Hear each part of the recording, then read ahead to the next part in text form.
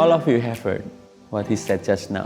From now on, choose your best place. Chase closeness. So aku encourage kalian semua untuk berlomba-lomba nih. Di ibadah kita duduk di depan semua. Karena di tempat itu, saya pastikan itu tempat terbaik dan tidak akan terganggu dengan hal-hal yang tidak esensi. Datang ke rumah Tuhan, datang ke baitnya dengan menaikkan ucapan syukur. Mendengarkan firman Tuhan, merenungkan firman Tuhan, dan kita berespon dengan tepat. Katakan yes pada firman Tuhan. Katakan amin pada firman Tuhan. Karena itu akan mengubahkan kehidupan kita. Firman Tuhan berkuasa dalam kehidupan kita. Jangan kiranya rasa kagum kita hilang pada Tuhan. Biarlah hati kita penuh dengan ucapan syukur.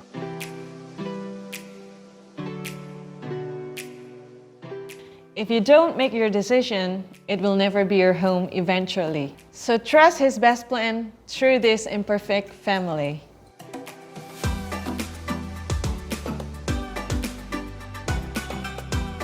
Cantik, alami, laku.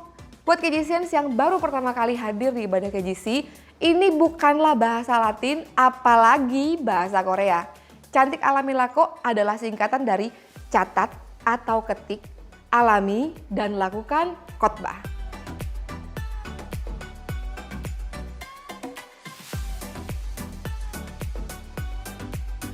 Dengan mencatat atau mengetik khotbah berarti kita tidak mau kehilangan hal yang berharga itu. Kita simpan catatannya dan kita bisa baca kembali di rumah supaya benar-benar kita bisa mengalami firman lewat apa yang kita tulis.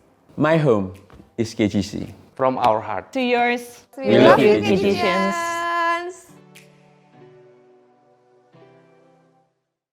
Shalom generasi kerajaan, happy Sunday. Mungkin kalian ingat saya sedang berada di ruangan apa sekarang? Ya, saya sedang berada di ruangan multimedia Rock Royal Surabaya.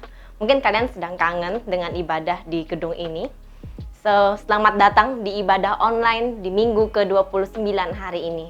Hari ini kita akan diberkati oleh firman Tuhan yang luar biasa. Oleh karena itu, KGCians, jangan lupa yuk sekarang ajak teman, saudara, atau kerabat kalian untuk beribadah online bersama-sama sekarang juga. Nah, bagi kalian yang pertama kali mengikuti ibadah online pada hari ini, kami ucapkan welcome home. Dan jangan lupa untuk leave comment di bawah, atau kalian juga bisa DM di Instagram kami yaitu @kgcsurabaya, dan kami sangat rindu untuk mengenal kalian. Hari ini KGCians, kita akan dilayani oleh home pastor kesayangan kita, yang tentunya kalau nggak ada dia itu nggak rame rasanya ya. Nah, siapa lagi? Kalian pasti tahu, yaitu Pastor Hizkia Setiawan. Dan tidak lupa juga, hari ini kita akan diberkati oleh his storyteller, oleh saudara kami, yaitu Joy Zemira. Wow, banyak sekali ya hari ini KGCians. So, apakah kalian sudah siap untuk beribadah? Mari kita siapkan hati dan pikiran, dan mari kita bersatu di dalam doa. Bapa di dalam surga, terima kasih untuk kesempatan yang Engkau berikan pada hari ini. Kami bisa melakukan ibadah online yang kesekian kalinya. Bapa, kami percaya walaupun online Engkau hadir di setiap hati kami. Engkau hadir di setiap hati kami dan kami merupakan bait-Mu. Ya Tuhan, berkatilah hamba-Mu yang akan berbicara mengenai firman-Mu setelah ini ya Tuhan. Kami percaya setiap mulut dan lidah yang berbicara, kami percaya mereka berbicara dengan kekuatan-Mu dan melalui perantaraan-Mu. Dan berkati juga Tuhan untuk kami yang mendengarkan di rumah kami masing-masing. Berikanlah hati kami yang terbuka untuk mau menerima apa yang ingin Kau bicarakan kepada kami, apa yang ingin Kau pesankan kepada kami.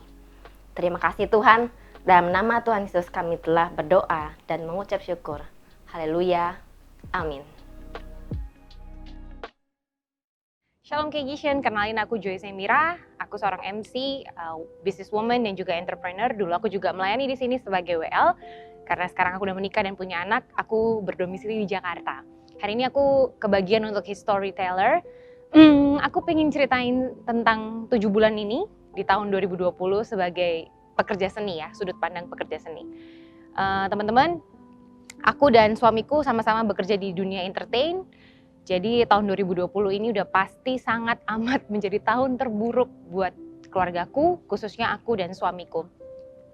Kami benar-benar nggak ada kerjaan, 7 bulan aku nggak bekerja teman-teman, dan juga di tanggal 14 Mei 2020 kami harus meninggalkan rumah yang udah kami kontrak selama 2 tahun. Di saat PSBB kayak gitu teman-teman, di Jakarta itu susah banget nyari rumah karena begitu besar, begitu ketat peraturan dari pemerintah sehingga setiap klaster rumah itu tidak mengizinkan kami untuk masuk begitu, orang luar tuh masuk. Dan kami nggak bisa memperpanjang rumah karena yang punya kontrakan sedikit rese begitu ya. Kami harus dimintain 5 juta, di saat itu uang 5 juta adalah uang 5 miliar. Karena benar-benar gak ada duit. 7 bulan ini aku bukan cuma gak ada penghasilan tapi minus karena aku mesti kembaliin DP para klien yang tidak jadi menikah begitu. Tahun ini adalah tahun yang cukup menghantam aku secara mentally, secara spiritually, bahkan sampai ke fisik. Tapi setelah kejadian kami harus berpindah rumah, kami lihat bagaimana penyertaan Tuhan tuh luar biasa banget. Tanggal 14 aku harus keluar rumah dan sebelum tanggal 14 Mei 2020, salah satu sahabatnya Ben itu memberikan apartemennya secara cuma-cuma selama 6 bulan buat aku, suamiku, dan anakku. Aku juga pernah ada di titik di mana 1 bulan full aku nggak keluar duit sama suamiku kecuali untuk biaya bulanan, ya kayak cicilan dan segala macamnya. Untuk makan kami disupport 1 bulan dari teman-teman. Jadi ada yang ngirimin kami makanan, ngirimin kami susu, bahkan bahan-bahan yang bisa untuk dimasak selama 1 bulan. Tapi aku masih tetap proses sama Tuhan. Kenapa sih Tuhan kok kayak gini banget? Tidak ada kepastian dalam pekerjaanku, dalam karirku. Bahkan uang 300.000 aja tuh aku nggak punya teman-teman. Tanggal 17 Mei 2020 Pastor Alfie berkhotbah di JPCC Online Service. Dia berbicara tentang satu statement. Dia bilang seperti ini, guys, lebih baik tidak mengerti daripada tidak percaya. Statement itu mengguncang hidupku. Aku adalah orang yang semuanya harus aku pahami dan begitu aku pahami baru aku bisa mempercayai. Tapi statement itu mengajarkan aku bahwa nggak semua harus bisa kamu nalar, nggak semua bisa kamu lakukan dengan kekuatan otakmu, kekuatan dirimu. Karena God is beyond that. Lalu bulan demi bulan kami lalui, banyak banget kejadian di mana aku sama suamiku berselisih karena ketakutan kami akan gak punya uang. Kami banyak banget disupport secara moral begitu ya, oleh 2 sahabat kami namanya Agung dan juga Deka. Mereka luar biasa dalam membina keluarga. Dari mereka kami belajar untuk bisa lebih respect, bisa lebih percaya walaupun gak punya makanan buat besok gitu ya. Seolah-olah kayak keadaan tuh menuntut kami untuk gimana ini besok Tuhan. Tapi kami gak mau bersungut-sungut. Dari mereka lah aku menjadi orang yang lebih baik. Bulan Juni juga Pastor Jose Carroll berkhotbah tentang Lukas 5 ayat 1-11. Di situ bagaimana Yesus menghampiri Simon, Yakobus dan juga Yohanes yang semalaman tidak mendapatkan ikan. Dari khotbah itu aku bisa menyimpulkan bahwa hadirnya Yesus membawa perbedaan instruksi yang membawa terobosan, mujizat supranatural dan perubahan hidup. Kegisians, aku pingin Yesus juga hadir dalam hidup aku untuk membawa 4 hal tersebut. Aku pingin berubah dalam hidup, aku ingin berubah dalam sudut pandangku melihat keadaan yang susah ini, dan aku ingin punya mujizat, aku ingin merasakan mujizat Tuhan setiap hari. Dan yang paling penting aku juga ingin mengenal Yesus, sosok yang begitu mengasihi aku jauh dibandingkan orang-orang di luar sana. Semenjak khotbah itu aku dengar, hari itu pun aku pun punya mindset yang berubah. Aku minta sama Tuhan teman-teman. Tuhan aku minta hikmat, I want to do something. Aku percaya Tuhan udah kasih potensi benih di dalam hidup kita masing-masing. Dan aku mau melalui masa sulit ini bisa mengeluarkan potensi-potensi tersebut. Dari sini aku mau encourage Kegisian semua bahwa mari kita saling melihat kesempatan yang ada walaupun sepertinya kayak nggak ada kesempatan. But believe me, kesempatan itu bukan datang ke depan, datang tiba-tiba disuapin ke muka kamu gitu. Tapi kesempatan itu kita cari dan juga kita minta hikmat sama Tuhan. Saya bersyukur sekarang saya bisa punya kerjaan lain di bidang brand makeup dan bisa dikerjakan di rumah aja, deket sama keluarga, deket sama anak. Dan saya bisa berpenghasilan, walaupun dimulai dari mimpi doang teman-teman. Dimulai cuma dari tekad dan berdoa sama Tuhan. Karena aku gak punya modal. Dan sekarang aku bisa bantuin banyak orang melalui pekerjaan yang aku kerjain sekarang. Kuncinya teman-teman, percaya saja tanpa harus mengerti. Dan lakukanlah konsisten. That's all. Thank you. God bless you. Efesus 3 ayat 11-12 berfirman bahwa sesuai dengan maksud abadi yang telah dilaksanakannya dalam Kristus Yesus Tuhan kita. Di dalam Dia kita beroleh keberanian dan jalan masuk kepada Allah dengan penuh kepercayaan oleh iman kita kepadanya. Kita harus tahu bahwa Yesus Kristus adalah penggenapan janji Allah yang sempurna. Amen. Melalui kematiannya dan melalui kebangkitannya, kita diberikan keberanian dan diberikan jalan yang dulu tertutup oleh dosa, sekarang dibuka oleh Yesus. Let's worship Him. Let's worship Him. Ini buktikan bahwa kita semua di sini ada di dalam rencananya dan ada di dalam hatinya.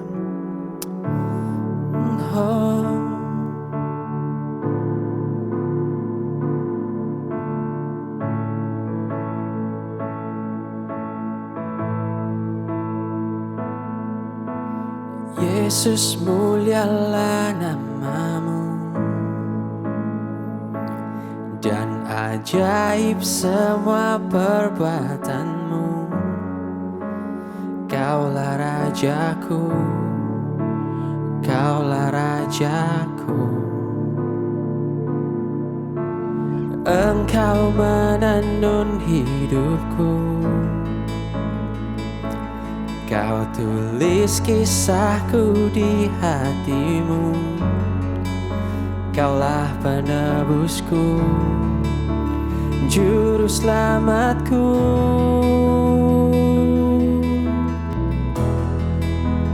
Ya Yesus, mati bagiku. Ya Yesus, selamatkan jiwaku. Ku bersyukur, ku bersyukur. Ya Yesus, hidup bagiku. Ya Yesus, pulihkan jiwaku. Ku bersyukur, ku bersyukur kepadamu.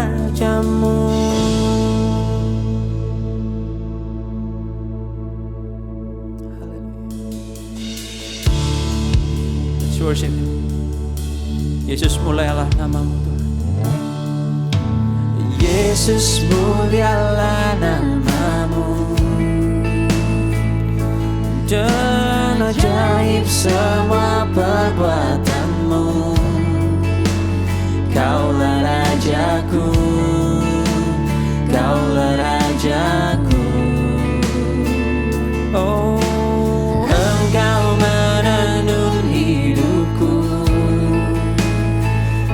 Kau tulis kisahku di hati-Mu. Kaulah penebusku, juru selamatku.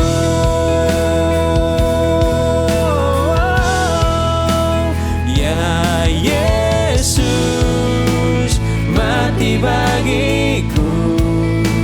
Ya Yesus, selamatkan jiwaku. Ku bersyukur, ku bersyukur. Ya Yesus, hidup bagiku.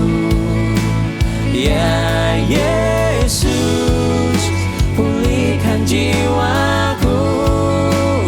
Ku bersyukur, ku bersyukur kepadamu.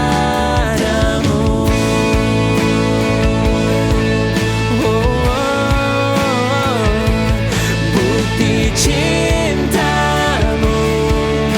di atas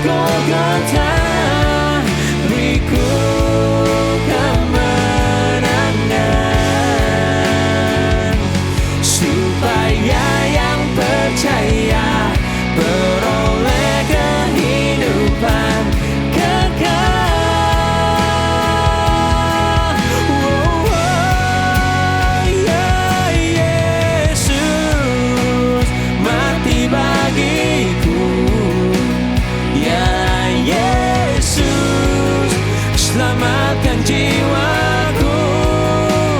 Ku bersyukur, ku bersyukur. Ya Yesus, hidup bagiku. Ya Yesus, pulihkan jiwaku. Ku bersyukur,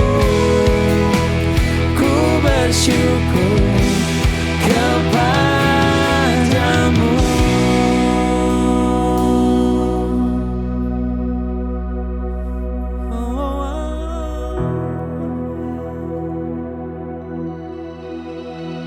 Ya, kami bersyukur Tuhan bahwa pengorbanan-Mu itu selamatkan kami, pulihkan kami. Amin.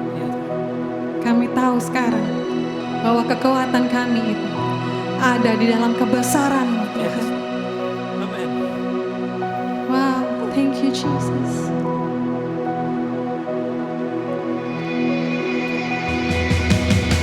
Selama ku hidup,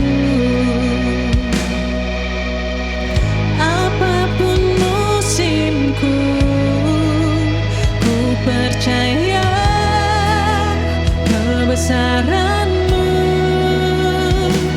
kekuatanku di dalam-Mu. Ku serahkan hidupku, akui kuasa-Mu, ku serukan kebesaran-Mu. Masa depanku terjaga di tangan-Mu.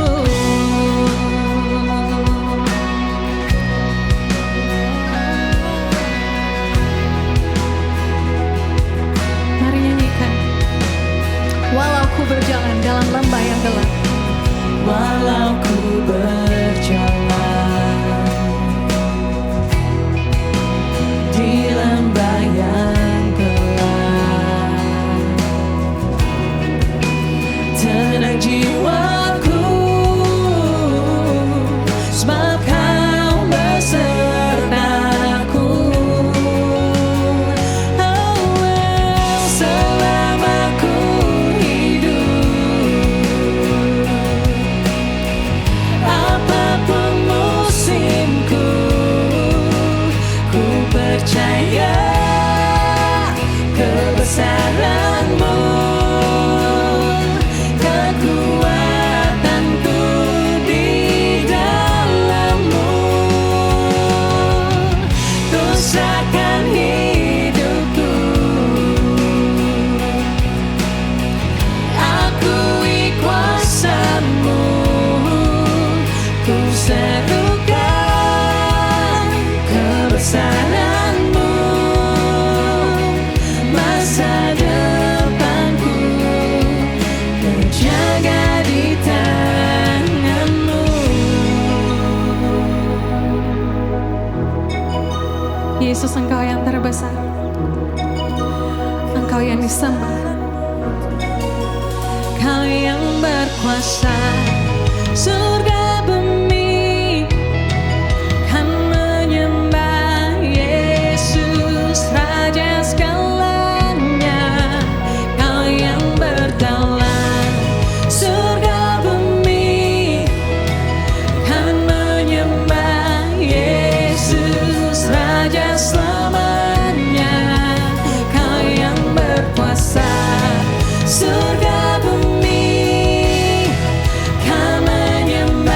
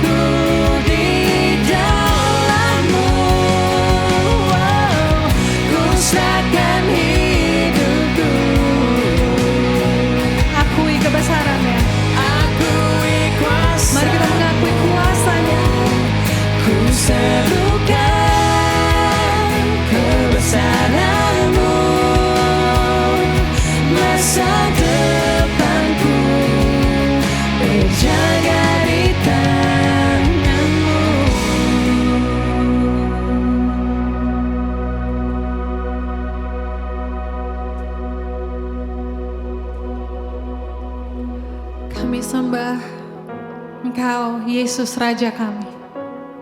Kami akui kebesaran-Mu. Dan kami juga akui kehadiran-Mu nyata bersama kami saat ini. Amin. Karena itu kami mau mengizinkan hadiran-Mu menguasai setiap hati kami, menguasai jiwa kami. Yes, Lord. Yes, Lord.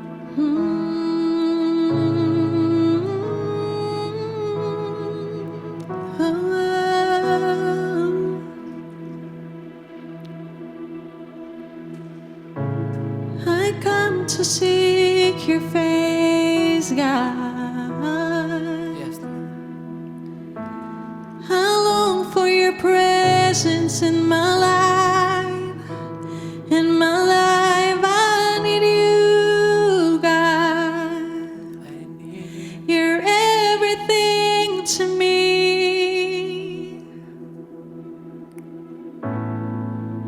Nothing I want more, 'cause nothing matters more. Nothing I want more, 'cause nothing matters more.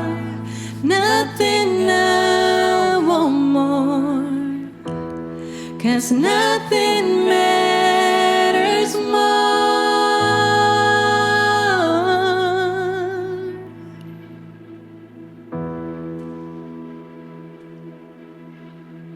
So let all that I am be consumed with who you are.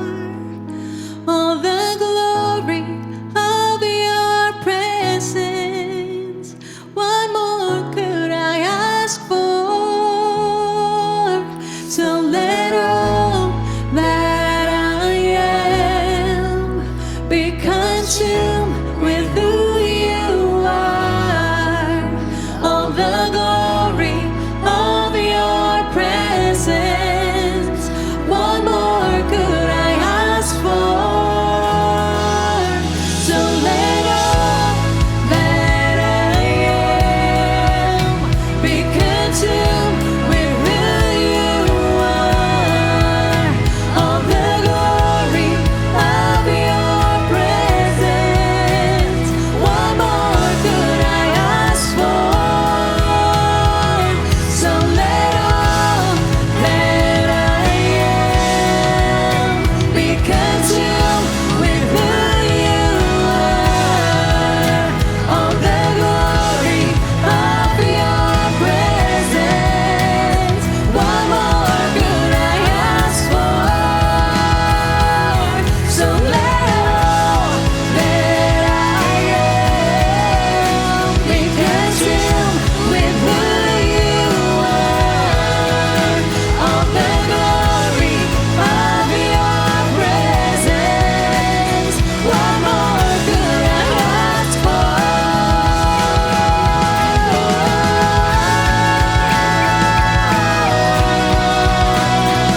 My Jesus, you're so sweet. I need you in my life. Oh,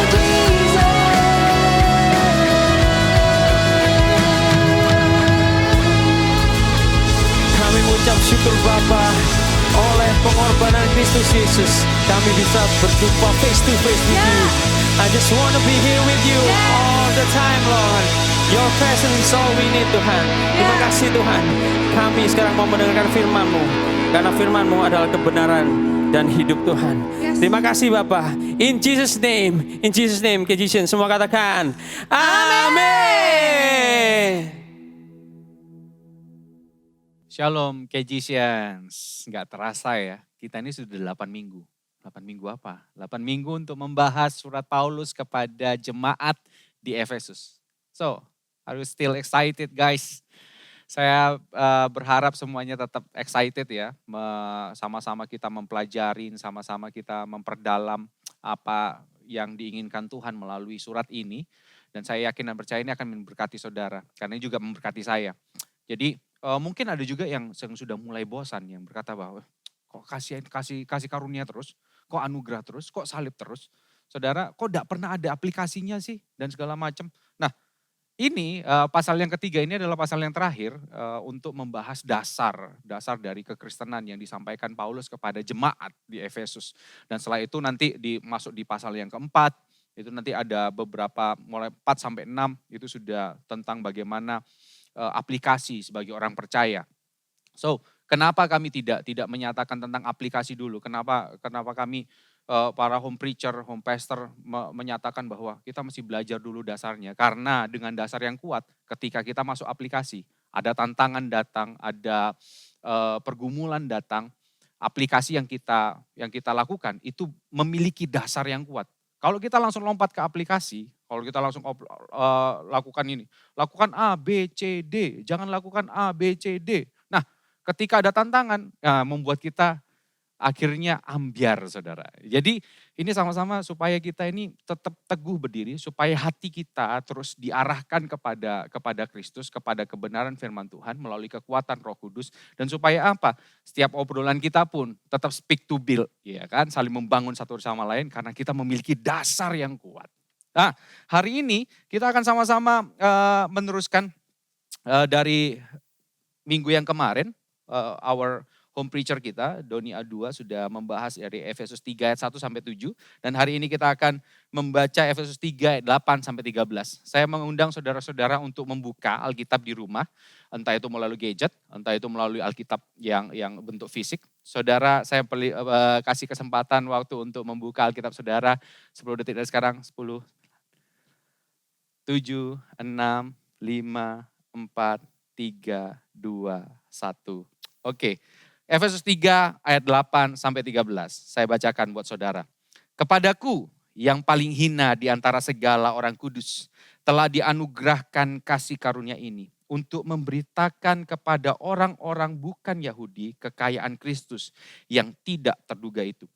Dan untuk menyatakan apa isinya, tugas penyelenggaraan rahasia yang telah berabad-abad tersembunyi dalam Allah yang menciptakan segala sesuatu.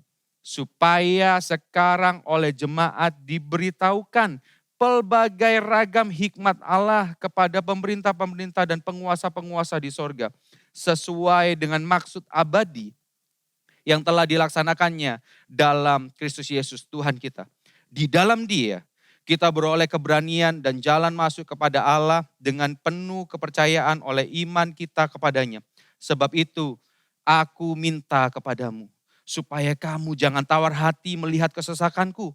Karena kesesakanku itu adalah kemuliaanmu. Well, dari kami berempat, home pastor, kami memiliki beberapa sifat yang unik, saudara. Memiliki keunikan masing-masing. Nah, salah satunya keunikannya itu adalah dari Ko Andrew, ya kan, our KGC leaders yang kekasih.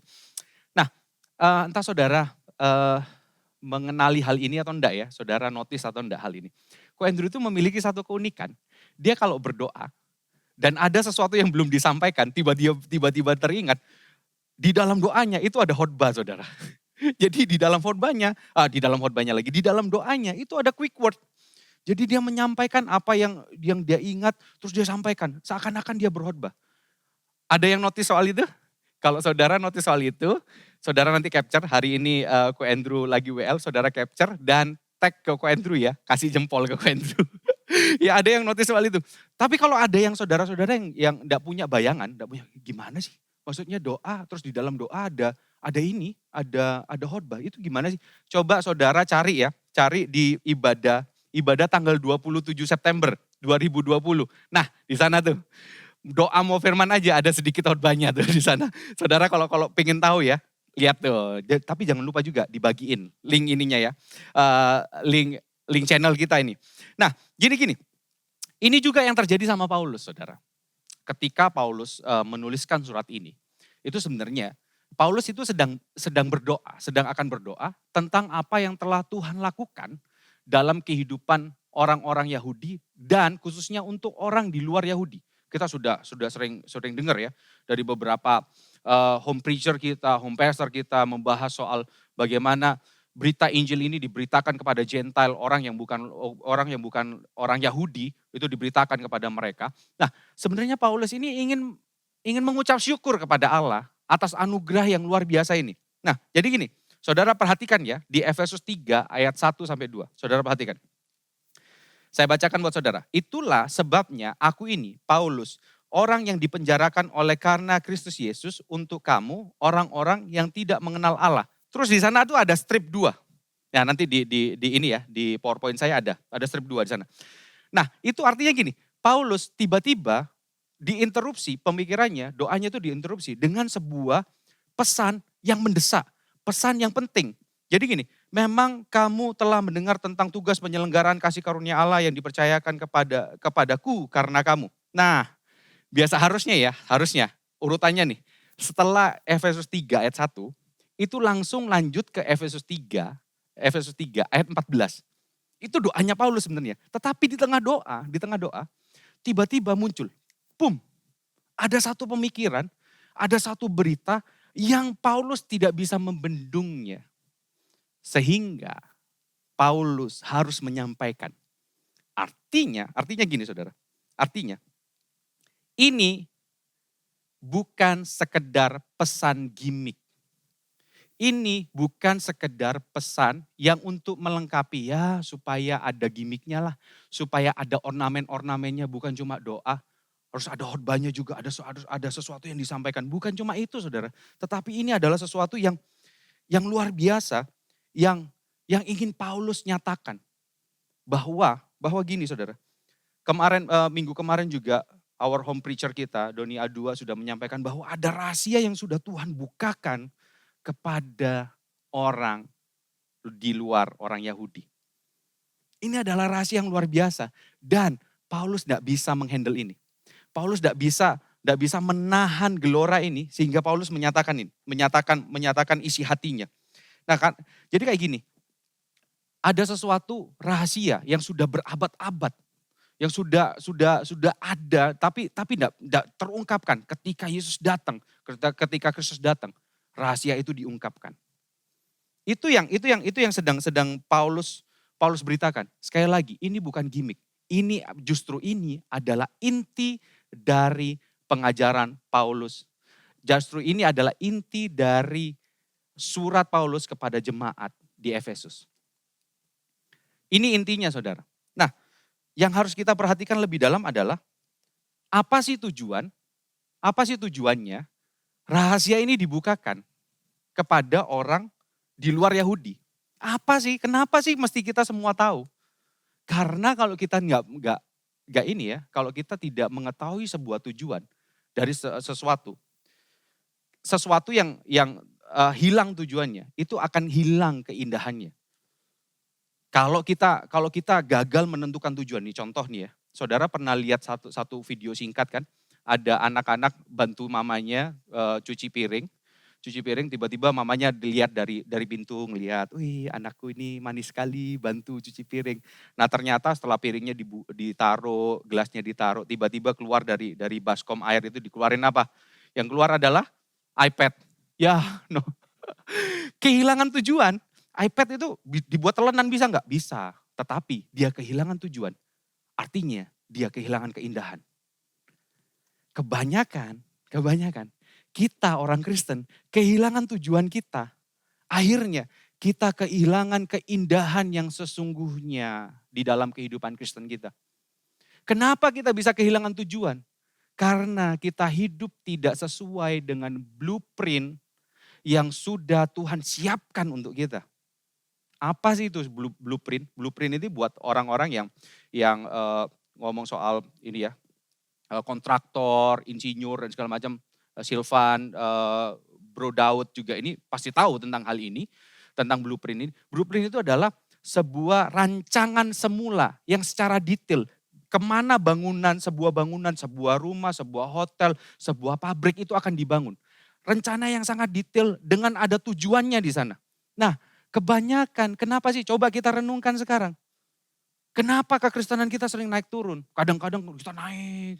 Kadang-kadang kita kalau ada tantangan kita turun, gembos gitu kan. Kadang-kadang secara langsung kita ngerasa bocor alus. Kenapa seperti itu? Karena kita mungkin kita tidak berjalan sesuai dengan blueprint Tuhan. Atau kita merasa kita berada pada track yang benar. Mari kita sama-sama hari ini belajar. Sebenarnya blueprint yang seperti apa yang Tuhan sudah sediakan dalam kehidupan kita, orang percaya. Sebenarnya rancangan seperti apa yang Tuhan sudah nyatakan dalam kita dan harusnya kita hidup di dalamnya. Rancangan seperti apa, blueprintnya seperti apa. Saya akan bagi menjadi tiga poin. Yang pertama adalah blueprint Allah disingkapkan, yang kedua adalah blueprint Allah diberitakan, dan yang ketiga adalah blueprint Allah dipertunjukkan. Ya, yang pertama, blueprint Allah disingkapkan, blueprint Allah diberitakan, yang ketiga adalah blueprint Allah dipertunjukkan. So, mari kita bahas satu persatu, saudara. Oke, yang pertama, blueprint Allah disingkapkan. Efesus 3 ayat yang ke-8 ngomong seperti ini. Kepadaku yang paling hina di antara segala orang kudus, telah dianugerahkan kasih karunia ini untuk memberitakan kepada orang-orang bukan Yahudi kekayaan Kristus yang tidak terduga itu. Gini saudara, saya nggak tahu secara pasti berapa kali Paulus menuliskan bahwa dia adalah orang yang paling hina di antara rasul-rasul. Saya nggak tahu berapa kali Paulus menuliskan bahwa dia adalah orang yang terkecil di antara orang lain. Dia adalah orang yang paling banyak dosa. Saya nggak tahu berapa kali Paulus menuliskan seperti ini. Tetapi yang saya tahu, Paulus sering sekali menuliskan menuliskan kata-kata ini, kalimat ini, pernyataan ini. Saudara, notice ya, kalau kita baca dimanapun, Paulus sering sekali menyatakan seperti ini. Aku yang paling hina, aku yang paling kecil, aku yang paling terakhir dari semua rasul ini. Aku yang paling berdosa dan segala macam. Tetapi gini, kenapa Paulus ngomong seperti itu? Itu bukan karena Paulus rendah diri. Karena Paulus selalu memperhadapkan dirinya kepada kasih karunia Allah. Sehingga seakan-akan gini saudara, seakan-akan Paulus sedang berjalan di tepi danau. Artinya gini, danau yang begitu luas, danau yang begitu lebar, danau yang begitu luar biasa besarnya dibanding dengan Paulus. Paulus rasanya dicaplok gitu saudara. Habis termakan oleh danau itu. Jadi kenapa Paulus mengatakan seperti ini? Paulus merasa bahwa kasih karunia Tuhan itu benar-benar luar biasa dalam kehidupanku. Aku ini seteru Allah dulu. Aku ini adalah penganiaya jemaat. Aku ini pembunuh. Aku ini orang berdosa banget. Tetapi ketika perjalanan ke Damsyik, Tuhan menginterupsi perjalanan Paulus. Dia menemui Paulus secara pribadi dan berkata, Saulus, Saulus, mengapa engkau menganiaya aku? Siapa engkau Tuhan? Aku Yesus yang kau aniaya. Perjumpaan itu membuat hidup Paulus tidak pernah sama lagi. Dan dia membawa kasih karunia Tuhan, anugerah Tuhan. Kemanapun dia pergi, pelayanan kemanapun, dia membawa kasih karunia Tuhan ini. Yang luar biasa. Sampai Paulus ngomong seperti ini, apa yang dulu aku anggap berharga, sekarang aku anggap sampah. Karena apa? Pengenalan akan Tuhan. Bahkan Paulus ngomong seperti ini, aku merasa aku belum mengenal Tuhan. Aku mengejar terus pengenalan akan Tuhan. Wow, luar biasa. Karena apa? Selalu memperhadapkan dirinya kepada kasih karunia Tuhan. Nah, tetapi yang lebih luar biasa pada ayat ini ya. Paulus bukan hanya dia kagum pada apa yang Tuhan sedang kerjakan dalam kehidupannya. Tetapi Paulus kagum akan apa yang Tuhan kerjakan. Akan kasih karunia Tuhan, akan anugerah Tuhan yang dicurahkan untuk bangsa lain. Ini yang membuat Paulus kagum. Wow, anugerah Tuhan ini bukan cuma untuk orang Yahudi, bukan cuma untuk aku, tetapi untuk bangsa lain. Dan yang semakin membuat dia terperangah gitu ya, terkagum-kagum. Itu apa yang membuat dia terkagum-kagum? Berita tentang bahwa kasih karunia Allah itu bukan cuma untuk orang Yahudi, tetapi untuk orang di luar Yahudi. Itu dipercayakan kepada Paulus. Ini yang membuat Paulus semakin excited saudara. sudah anugerah Tuhan itu bekerja dalam hidupnya, ya kan? Dan anugerah Tuhan itu juga bekerja bagi bangsa lain. Minggu lalu sudah dibahas oleh Doni A2. Bagi bangsa lain setelah berabad-abad tertutup rapat rahasia ini dan Tuhan membukakan, ya kan? Tuhan membukakannya pada semua bangsa dan berita ini dipercayakan kepada Paulus. Dan itu kenapa pada ayat yang ke-13, Paulus ngomong seperti ini kan. No, ini apa yang kamu jangan tawar hati dengan apa yang sedang aku alami sekarang. Kesesakan yang aku alami. Karena apa? Justru Paulus mengatakan dengan mantap, kesesakanku itu untuk kemuliaanmu. Berarti berita tentang misteri yang Tuhan bukakan bagi bangsa lain dan dipercayakan kepada Paulus untuk diberitakan. Ini benar-benar mendatangkan kemuliaan Tuhan. Dia excited karena itu. Dia bergembira karena itu. Dia bersuka cita karena itu, saudara. Jadi gini, kenapa ini menjadi sebuah berita yang begitu indah bagi Paulus? Karena dulu, pada zaman dulu, Tuhan menyatakan dirinya kepada Abraham dan Allah menyatakan dirinya sebagai Allah Abraham, Ishak dan Yakub. Ya kan? Dan dia menjadi penjaga bagi Israel, dia menjadi Allah yang benar bagi Israel. Dia membebaskan Israel dari perbudakan Mesir. Dia keluarkan bangsa Israel dari Mesir, melewati Laut Merah, dipelihara di padang gurun dengan mana, dengan burung puyuh, dengan air dan segala macam. Tuhan sediakan semuanya, bajunya nggak pernah koyak, sepatunya nggak pernah rusak juga. Itu semua dilakukan Tuhan dan bangsa lain hanya bisa nonton dari jauh. Oh wow, Allahnya bangsa Israel luar biasa. Yang merasakan itu hanya bangsa Israel. Nah, tetapi semuanya fokus kepada Israel. Semuanya seakan-akan silau. Ini tadi saya ngomong bahwa ini silau nih lampunya. Silau karena ngelihat apa? Allah bangsa Israel yang begitu luar biasa. Ada beberapa bangsa yang lain juga merasa takut sama bangsa Israel. Ingat Rahab waktu di Yeriko, dia menyembunyikan pengintai. Dia ngomong apa? Aku tahu dengar Allahmu, tapi please aku minta kasih karunia supaya aku dan keluargaku diselamatkan. Nah, itu yang terjadi. Itu yang terjadi dalam kehidupan bangsa Israel. Nah, tetapi sekarang Allah yang semua fokusnya kepada Israel dan sekarang ketika Yesus datang, ketika salibnya menebus semua orang, menebus semua bangsa, kasih karunia Allah itu tuh, boom, tersebar bagi semua bangsa. Memang bangsa yang lain tidak melihat Laut Merah terbelah. Memang bangsa lain tidak melihat tulah di Mesir dan mereka keluar dari perbudakan. Tetapi bangsa lain menerima pembebasan dari perbudakan dosa. Ini adalah yang membuat Paulus benar-benar excited. Wow, berita ini untuk bangsa lain juga. Dan berita ini dipercayakan sama aku. Wow, I'm so excited. Jadi saudara, karya Allah itu bukan tentang mujizat. Bukan tentang apa yang luar biasa. Tetapi Allah membentuk satu bangsa yang baru. Di dalam Kristus. Masih ingat? Di dalam Kristus. Di dalam Kristus kita ada sebuah bangsa baru. Ingat di Efesus 2 ayat yang 10 juga apa?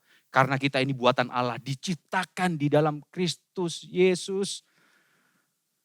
Wow, yang dulunya jauh menjadi dekat. Tembok yang pemisah, koberca yang khotbah, tembok pemisah jadi runtuh. Dulunya kita jauh jadi dekat. Dulunya Allah bersemayam hanya di bait Allah di Yerusalem. Tetapi sekarang kita bait Allah. Allah bersemayam dalam hidup kita. Pastor Maria yang khotbah. Saudara ingat? Nah ini yang membuat Paulus menjadi excited. Nah sekarang saudara mari kita renungkan. Apakah kita tetap berada di dalam blueprint yang Tuhan sudah nyatakan dalam kehidupan kita?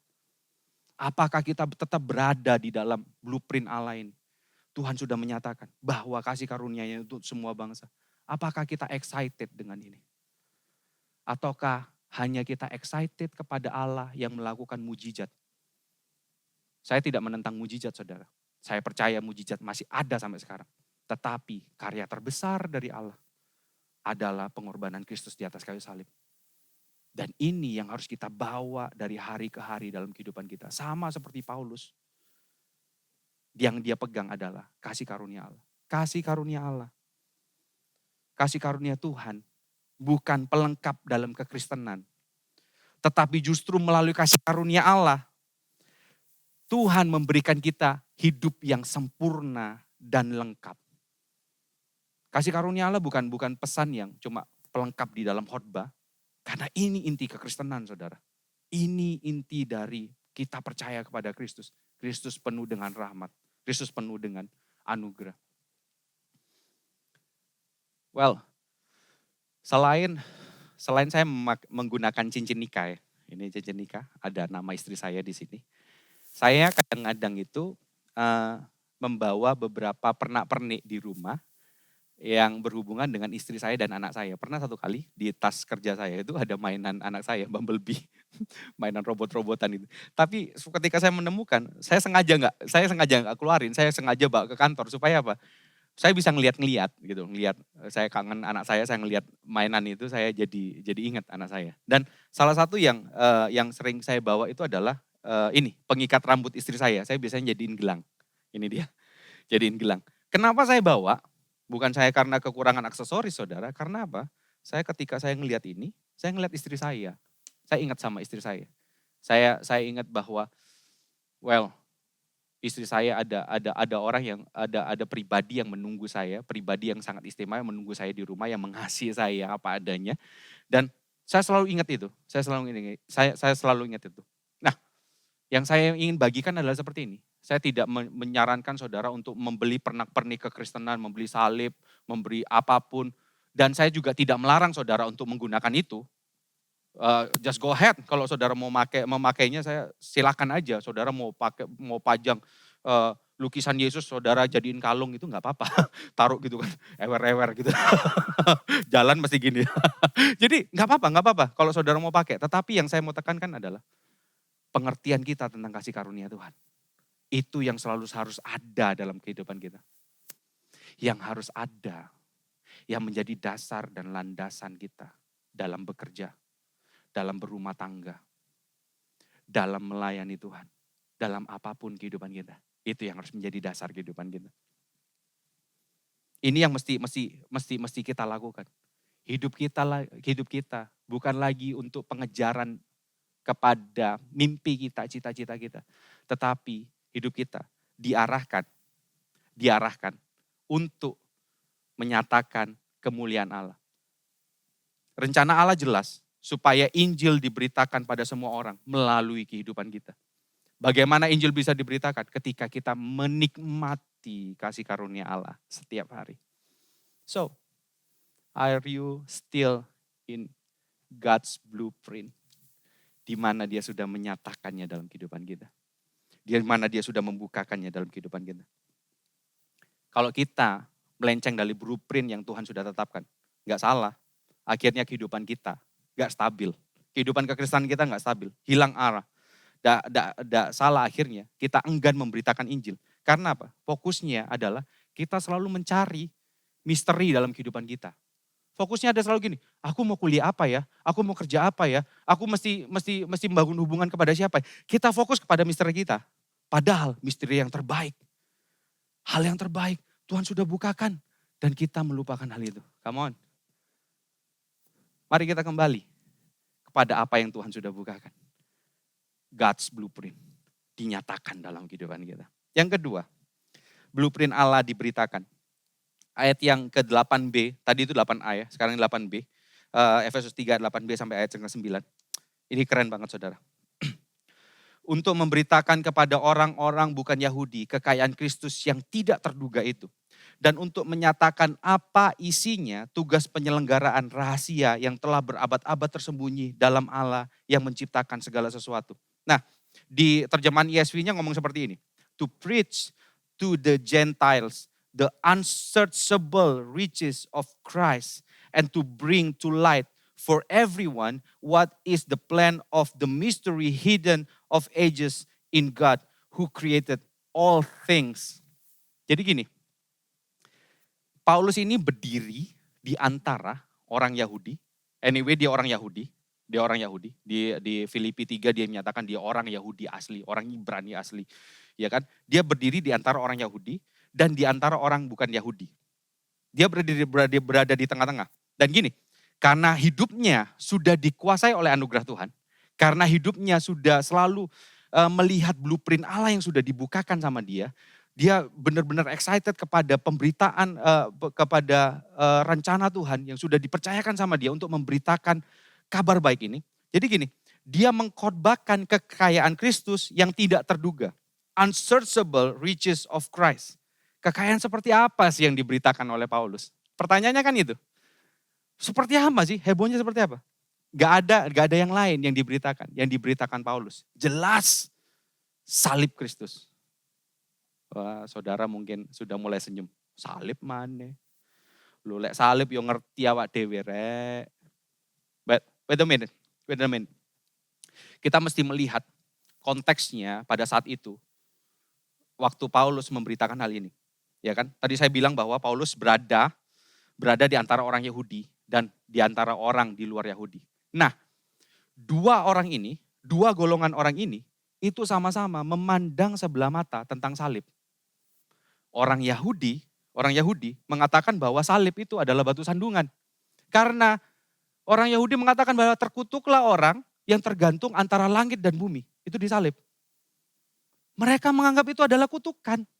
Dan bagi orang Yunani itu adalah sebuah kebodohan, saudara. Itu adalah sebuah itu enggak make sense. Apa salib itu? Kok kayak gitu? Enggak make sense buat mereka. Makanya dibilang apa? Unsearchable riches of Christ. Karena kalau enggak dibukakan, mereka enggak mungkin ngerti. Karena pola pandang mereka tentang salib itu beda sama sekali. Makanya yang diberitakan Paulus, ini salib ini yang sanggup membebaskan kita dari dosa dan segala macam. Ini yang diberitakan Paulus. Nah, kita lihat ya di 1 Korintus 1 ayat 22 sampai 23. 1 Korintus 1 ayat 22 sampai 23. Saya bacakan buat saudara. Orang-orang Yahudi menghendaki tanda. Orang-orang Yunani mencari hikmat. Tetapi kami memberitakan Kristus yang disalibkan. Untuk orang-orang Yahudi suatu batu sandungan. Untuk orang-orang bukan Yahudi, yaitu orang Yunani, itu sebuah kebodohan. Jelas sekali. Ini batu sandungan loh, rabi, seorang guru yang luar biasa harus disalib. Waduh, ini aib ini. Ini sebuah malapetaka dan bagi orang-orang Yunani ini bodoh nih. Masa orang percaya sama orang yang disalib? Tetapi gini, Paulus meneruskan di ayat yang ke-24. Ketika Paulus berada di dua kelompok ini yang sama-sama memiliki pengertian yang memandang sebelah mata, pengertian yang salah tentang salib. Karena mereka nggak tahu, Paulus menyatakan gini, tetapi untuk mereka yang dipanggil, baik orang, ayat yang ke-24 ya, 1 Korintus 1 ayat 24 ngomong seperti ini. Tetapi untuk mereka yang dipanggil, baik orang Yahudi maupun bukan orang Yahudi, Kristus adalah kekuatan Allah dan hikmat Allah. Bagi mereka, salib itu batu sandungan dan kebodohan. Tetapi pada dasarnya itu adalah kekuatan dan hikmat Allah. Dan ini harus diberitakan kepada mereka, saudara. Pada dasarnya, ini yang diperlukan oleh orang lain. Ini yang diperlukan oleh bangsa lain. Ini yang diperlukan oleh semua manusia. Saudara masih ingat di Efesus 2 ayat 1 sampai 3 menyatakan bahwa manusia ini sebenarnya mati. Tidak punya harapan sama sekali. Kecuali karena Tuhan yang menghidupkan. Ini yang harus diberitakan, saudara. Melalui apa? Salib. Mungkin gini saudara, kalau bukan Tuhan, makanya dibilang gini, unsearchable riches of Christ. Ini kalau bukan Tuhan yang membukakan, tidak bisa, mereka tidak akan ngerti. Nah, pertanyaan gini, mungkin saudara berpikir, kalau kayak gitu nggak usah penginjilan aja, kan percuma. Mungkin kita sudah ngomong-ngomong sama mereka, Anda tidak percaya sama saya, tetap. Kenapa? Tuhan belum bukakan. Kalau gitu percuma dong penginjilan. Biasa aja, kisera-sera. Jawaban simpelnya kayak gini saudara. Lawong ada yang sampein aja belum tentu mereka percaya. Apalagi gak ada yang nyampein. Benar gak? Wong ada yang nyampein aja belum tentu mereka percaya. Belum tentu mereka akhirnya percaya bahwa Yesus adalah Tuhan. Bahwa mereka perlu juru selamat. Ya ada yang nyampein aja, belum tentu mereka percaya. Apalagi kalau kita sebagai anak-anak Tuhan, umat tebusan Allah, berdiam diri, tidak memberitakan blueprint Allah bagi bangsa-bangsa. Apa yang terjadi? Gak mungkin bisa ini, saudara. Gak mungkin bisa percaya orang-orang ini. Nah, jawaban yang kedua adalah, yang berkaitan dengan jawaban simpel yang tadi, adalah mustahil jika kita benar-benar hidup di dalam kasih karunia Allah. Mustahil ketika kita tahu kasih karunia Allah, anugerah Allah yang begitu luar biasa dalam kehidupan kita. Kita yang dahulunya kita sudah berdosa, tetapi kita tahu dosa kita sudah ditebus oleh Kristus melalui karya salibnya. Ketika kita sudah tahu gini, adalah mustahil kalau kita tidak memberitakan Injil. Mustahil, saudara. Kenapa seperti itu? Karena kita tahu ini adalah harta yang luar biasa dalam kehidupan kita.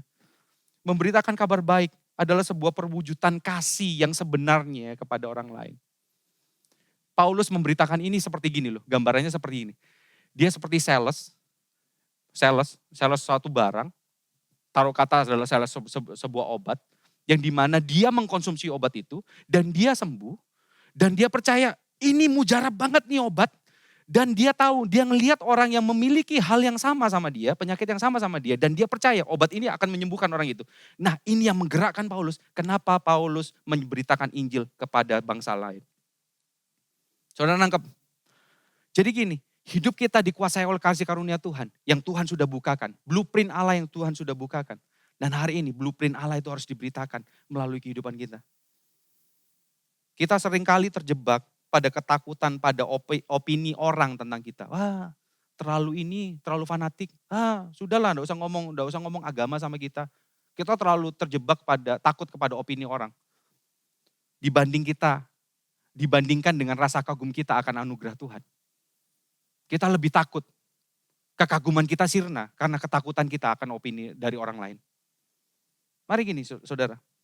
Jadikan kasih karunia kita ini, kasih karunia Allah, menjadi topik utama dalam setiap pembicaraan kita. Speak to build. Speak to build adalah apa? Memberikan harapan kita yang sesungguhnya hanya dalam Kristus Yesus. Saudara, mungkin saudara ada beberapa teman, ada beberapa keluarga mungkin yang terjangkit akademi yang kita hadapi, COVID-19. Tetapi sampaikan ini, saudara, bahwa di dalam Kristus ada keselamatan, di dalam Kristus ada kekuatan, di dalam Kristus ada pengharapan yang tidak pernah gagal. Kalau saudara merasa, aku takut ditolak sama orang lain, aku takut nanti orang lain enggak mau menerima aku. Saudaraku, Yesus pun pernah ditolak. Penolakan itu pasti ada, pengabaian itu pasti ada. Bahkan mungkin saudara akan dibully, itu pasti ada. Tetapi gini, ibaratnya gini saudara sedang ngomong, ya ibaratnya saya kasih sebuah ilustrasi ya. Saudara tumbuh di Jawa, saudara lahir di Jawa, saudara tumbuh di Jawa, saudara sangat familiar dengan makanan-makanan yang ada di Jawa.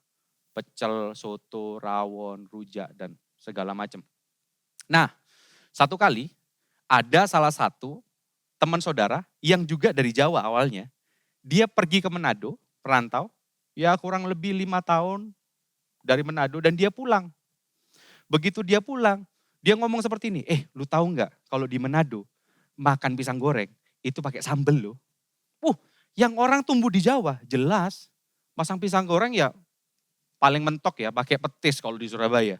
Mentok itu pun dianggap, kok makan pisang goreng pakai petis gitu kan? Ya kan?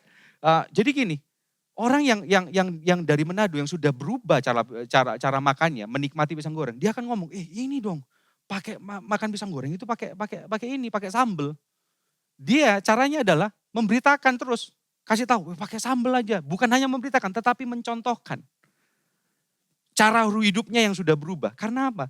Orang yang selamanya di Jawa, dia nggak punya apa-apa, dia tidak punya pandangan tentang makan pisang goreng pakai sambel. Sama.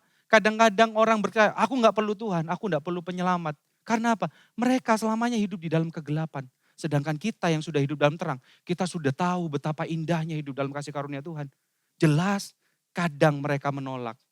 Tetapi minta kasih karunia Allah dalam kehidupan mereka. Supaya Injil bisa diberitakan dalam kehidupan mereka. Sehingga mereka pun bisa menikmati anugerah Tuhan yang melimpah dalam kehidupan mereka. Saudara, jangan-jangan, mari kita selidiki hati kita. Jangan-jangan kita takut memberitakan Injil karena kita sedang menunggu tanda dari Tuhan.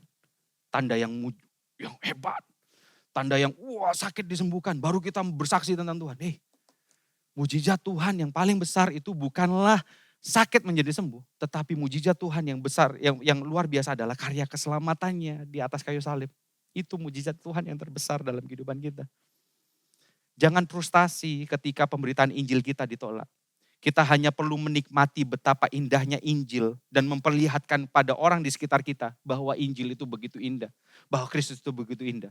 Tetapi frustasilah ketika kita mulai kehilangan kekaguman kita akan Injil. Frustasilah ketika kita lebih mengharapkan mujizat Tuhan yang lebih hebat. Sekali lagi saya percaya mujizat Tuhan terjadi sampai sekarang. Tetapi you know what?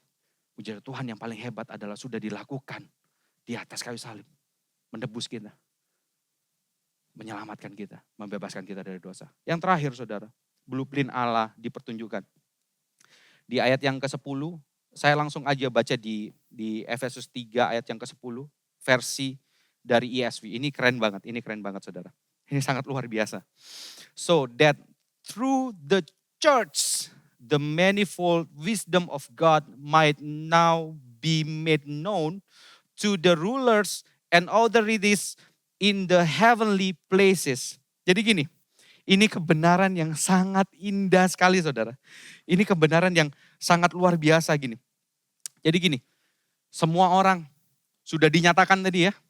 Anugerah Tuhan, blueprint Allah adalah karya keselamatannya. Dia sudah nyatakan kepada Paulus, kepada orang Yahudi, bahkan di luar Yahudi. Dan ini diberitakan. Saudara tahu blueprint Allah yang sesungguhnya, rencana Allah yang sesungguhnya. Ketika dia sudah menebus semua ini, itu dijadikan satu. Ke dalam satu perkumpulan, satu komunitas yang namanya adalah gereja. Gereja.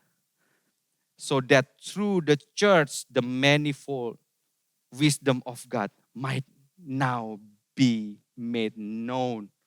Melalui gerejanya, Tuhan menyatakan segala hikmat yang luar biasa.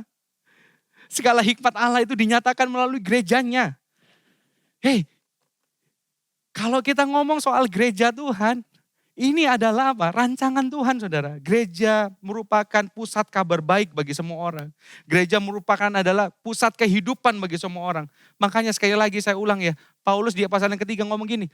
Kesesakanku ini karena kemuliaanmu. Karena dia merasa bahwa gereja ini adalah hal yang terpenting. Yang dipikirkan Allah. Dan ayat yang gini ya. Ayat yang ke-11 ngomong gini. Sesuai dengan maksud abadi. Wow. Berarti gereja itu sudah dirancang Allah dari kekekalan sampai kekekalan. Kita gereja Tuhan, kita disebut gereja Tuhan. Ini sudah dirancang Tuhan. Come on. Gereja itu kumpulan apa? Kumpulan orang-orang yang bukan Yahudi, orang yang bangsa lain, orang Indonesia, orang Inggris, orang Itali, orang Sunda, orang Jawa, orang Manado, orang Batak. Semuanya kumpul jadi satu. Dan ini rencana Tuhan, man. Are you excited? Wow. Ini rencana abadinya Tuhan. Come on church, come back to God's blueprint. Ini yang Tuhan inginkan dalam kehidupan kita. Kita menjadi satu dan menyatakan kemuliaan Allah dalam kehidupan kita. Gereja harusnya jadi panggung bagi Allah. Untuk menyatakan betapa indahnya dan mulianya karyanya. Kalau dikatakan seperti ini ya. Di ayat yang ke-10 seperti ini kan. Supaya sekarang oleh jemaat diberitahukan pelbagai ragam hikmat Allah kepada pemerintah-pemerintah dan penguasa-penguasa di sorga. Itu gambarannya seperti ini. Ini bahasa puitis. Gambarannya seperti apa? Digambarkan seperti jubahnya Yusuf. Jubah yang maha indah. Yang dipertontonkan. Yang warna-warni dijadikan satu. Mau kulit hitam, mau kulit putih, mau kulit kuning, mau kulit merah. Dijadikan satu. Supaya apa? Indah bagi dunia. Gereja adalah panggung bagi Allah untuk menyatakan kemuliaannya. Kadang-kadang akhirnya kita apa? Kita terpecah karena warna kulit. Harusnya kita jadi satu. Supaya apa? Kemuliaan Allah dinyatakan. Tetapi ada satu hal, mungkin saudara gini saudara. Saudara menyatakan bahwa, oh iya aku ini ya, sekarang ya nggak ada lah, rasis aku nggak ada kok. Banyak temanku yang beda etnis sama aku bisa bekerja sama, aku bisa pelayanan sama-sama, aku bisa duduk sama-sama, aku bisa nongkrong sama-sama. Well, anyway, which is good. Dan beberapa kali pengkhotbah sebelum saya juga menyatakan bahwa, wih kita ini jadi satu loh. Tapi ada satu warna lagi yang memisahkan kita. Itu adalah apa? Warna karakter. Merah, kuning, hijau, dan ungu. Ditambah lagi bumbu yang sangat mujarab, yaitu adalah asumsi dan ekspektasi. Kemarin disinggung sama home preacher kita, Doni A2, ekspektasi kita, ekspektasi sang merah yang begitu perfeksionis kepada sang kuning, yang celengean, kerjanya gak ini, ya kerjanya ya oke lah, yang penting adalah kebersamaan. Dan asumsi yang si hijau, yang oke, kalem, kepada sang ungu yang begitu detail. Yang ungu ya sudahlah, kisera-sera. Yang ungu minta, ayo cepet, mesti detail, mesti benar dan segala macam. Perfeksionis juga. Asumsinya si hijau, mungkin si ungu bisa ini. Itu yang membuat kita terpisah. Satu warna lagi yang membuat kita terpisah, saudara. Ditambah asumsi dan ekspektasi. Wow. Itu yang membuat kita akhirnya apa? Tuduh-tuduhan. Kita gagal menghidupi blueprint Allah. Yang merupakan adalah rencana abadi. Come on church, come back. Demi kemurahan Allah yang hidup. Yang sudah menebus kita di atas kayu salib. Tidak ada lagi warna. Satu tujuan kita. Supaya nama Tuhan dipermuliakan melalui gerejanya. Justru kasih harus dinyatakan di dalam gereja Tuhan. Justru pengampunan harus ada di dalam gereja Tuhan. Justru kasih yang menutupi kesalahan, yang menutupi pelanggaran harus ada di gereja Tuhan. Bukan mentolerir kesalahan, bukan mentolerir dosa, tetapi menutupi kesalahan. Yang saling menegur, yang saling mengasihi satu dengan yang lain, yang saling support, yang saling mendoakan harus ada di dalam gereja Tuhan. Karena di dalam gereja Tuhan ini adalah rancangan Tuhan. Dan keindahan Tuhan dinyatakan melalui gerejanya hari ini. Come on church, come back to God's blueprint. Ini dia. Tidak ada lagi yang memisahkan kita. Yang memisahkan kita bukan lagi warna kulit, bukan lagi warna karakter. Karena kita disatukan oleh satu warna.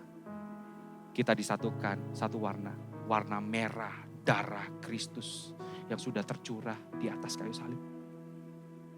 Hari ini tidak ada lagi orang Indonesia. Indonesian, not Russian, not Russian, not Italian, not Australian. We are Christian.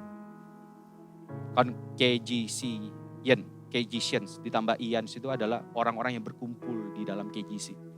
Kenapa kita disebut Kristen? Karena di dalam Kristus kita berkumpul menjadi satu. Supaya apa? Kemuliaannya dinyatakan dalam kehidupan kita. Hari ini saudara, kita disatukan dalam satu tubuh. Dalam komunitas kita namanya KGC. Mari kita renungkan hari ini. Mari kita sama-sama renungkan apa yang Tuhan sudah bukakan dalam kehidupan kita. Betapa indahnya rencananya. Mungkin latar belakang kita boleh berbeda. Mungkin keluarga kita bisa pendidikan kita, sosial kita bisa berbeda. Tetapi masa kini dan masa yang akan datang kita sama, yaitu di dalam Kristus. We are Christian. Mari kita satu dalam doa. So let all that I am be consumed with who you are. All the glory of your presence. What more could I ask for? So let all that I am be consumed with who you are.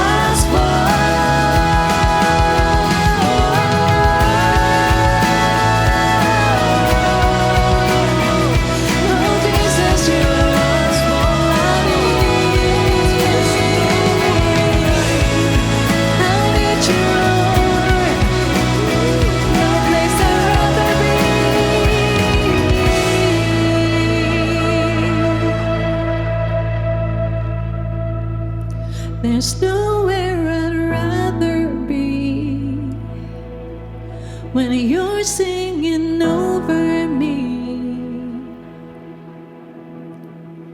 I just wanna be here with you. I'm lost in your mystery. I'm found in your love for me. Ooh, I just wanna be here with you.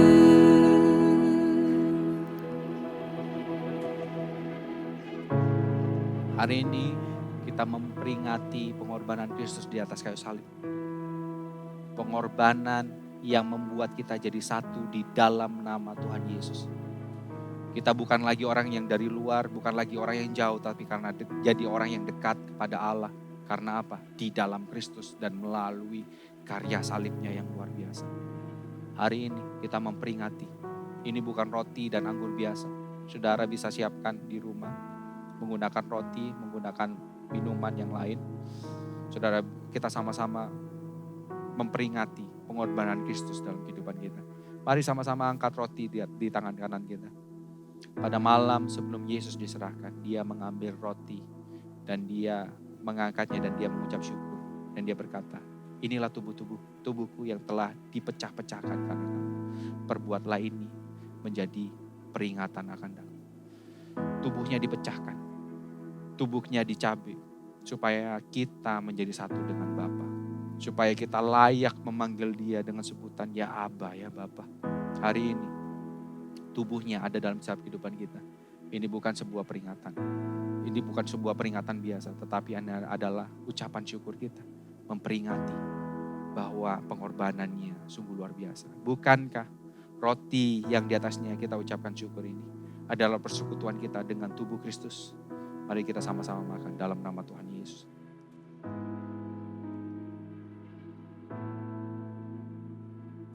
Darahnya yang tercurah membuat kita menjadi satu darah. Kita bukan lagi saudara seiman, tetapi kita ini semua saudara kandung di dalam Kristus. Karena darah kita, bukan lagi darah kita yang mengalir dalam tubuh kita, tetapi darah Kristus yang mengalir dalam tubuh kita. Setelah itu dia mengambil cawan yang berisi anggur dan dia mengucapkan syukur. Dan dia berkata, inilah darahku yang telah dicurahkan oleh karena kamu. Darah perjanjian yang baru. Minumlah ini supaya ini menjadi peringatan akan aku. Bukankah cawan yang di atasnya kita ucapkan syukur ini adalah persekutuan kita dengan darah Kristus. Sama-sama kita minum dalam nama Tuhan Yesus. Darahnya tercurah, tubuhnya dikoyakkan supaya kita dipersatukan dengan Allah Bapa di sorga. Kristus tinggal dalam kehidupan kita, rohnya yang hidup tinggal dalam kehidupan kita. Membawa kita semakin hari semakin serupa menjadi seperti Kristus. Dan hidup kita menyenangkan hati Allah Bapa di sorga. Karena Roh Kudus tinggal dalam kehidupan kita. Membawa hidup kita, mengkalibrasi hati kita. Memimpin hati kita terus kepada kebenaran. Terima kasih Tuhan. Biarkan kami hidup di dalam blueprint-Mu, dalam rencanamu, rancanganmu yang luar biasa, rancanganmu yang abadi Tuhan. Yang sudah Tuhan siapkan dan sudah nyatakan bagi kami sekarang. Hari ini Tuhan, biarkan kami hidup sebagai orang Kristen yang benar-benar menyatakan Kristus dimanapun kami berada. Hikmat-Mu nyata dalam kehidupan kami, urapan-Mu nyata dalam kehidupan kami. Diberkati apapun yang kami kerjakan, di keluarga kami, di tempat kerja kami, di tempat studi kami, di tempat pelayanan kami. Kami percaya penyertaan-Mu sempurna dalam kehidupan kami. Terima kasih Tuhan, dan setiap orang akan memegang jubah kami dan berkata, aku akan menyembah kepada Allah yang Kau sembah. Karena Kristus nyata dalam kehidupan kami. Di dalam nama Tuhan Yesus, kami terima berkat ini. Dalam nama Tuhan Yesus Kristus. Haleluya. Amin. God bless you KGCians. See you next week. Thank you Pastor Hizkia Setiawan for the message. Seperti yang dikatakan Pastor Hizkia Setiawan tadi, bahwa gereja harus kembali menjadi blueprint Allah yang semula. Karena gereja adalah panggung Allah untuk menyatakan betapa indahnya dan mulianya rancangannya. Wow, what a wonderful message ya KGCians. Nah, bagi kalian yang ingin membagikan apa yang kalian dapat dari sermon tadi, boleh banget jangan lupa untuk tag account kami di Instagram yaitu @kgcsurabaya. KGCians, next week preacher kita akan dilayani oleh our long distance pastor kita yang berasal dari Rock Sydney. Nah, siapa lagi kalau bukan Pastor Yosia Yusuf. So, KGCians, that's all for today. Happy Sunday. Thank you for joining us and see you next week.